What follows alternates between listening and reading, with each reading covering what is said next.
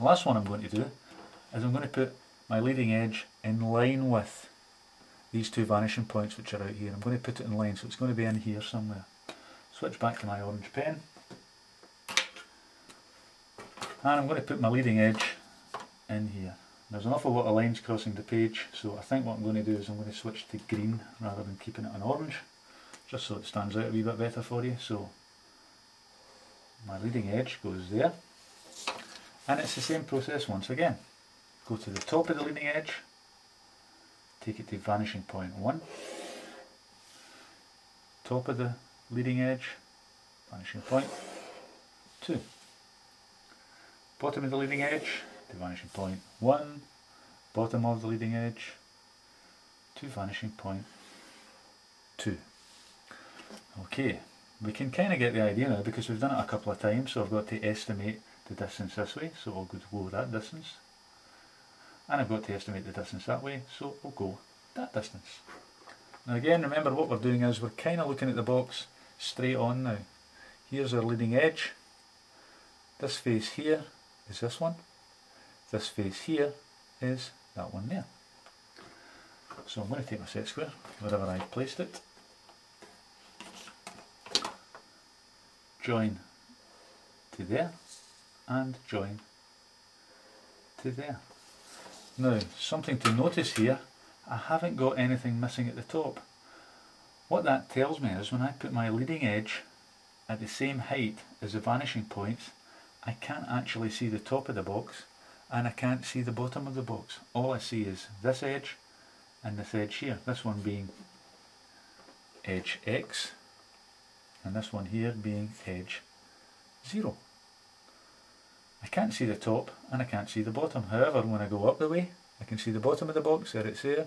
When I bring my leading edge down the way, I can see the top of the box, so there it is there. So really the vanishing points are very important. Wherever you place them, and wherever you place the leading edge, will dictate which part of the box you can see. Also what's worth noting is how far towards one or the other we place them. I placed this leading edge roughly halfway between the two vanishing points, which means I can see that surface as well as I can see that surface. However, if you go to this one, where I placed the leading edge much more over towards this side, I can see what looks like more of that surface than I can that one. It's as if the box has been turned a little bit, turned towards that one there. Similarly, on this one down here, I moved the leading edge a little bit towards vanishing point 2, which means I can see a bit more of that surface. It's as if again it's been turned in that direction. So these are all important points to consider. Where do you put the leading edge? Where do you put the vanishing points? Where do you place them in relation to the leading edge? I could, if I wanted, I could put one vanishing point higher than the other. I could bring one vanishing point in really close. I can manipulate the vanishing points to give the desired effect. That's what I'm looking for. One thing just before we finish, what I did here is I have drawn a 2-point perspective. I have not sketched a 2-point perspective, and there is a big difference. If I draw, I use a straight edge. I can use a ruler, I can use a compass, I can use a set square. If, however, I had been asked to sketch a 2-point perspective, I would have to have done all of these by hand. It can be done, it's just a tiny bit more awkward.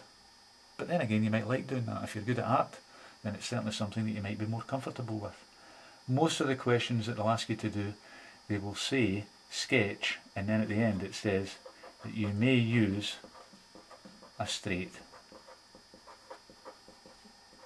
edge.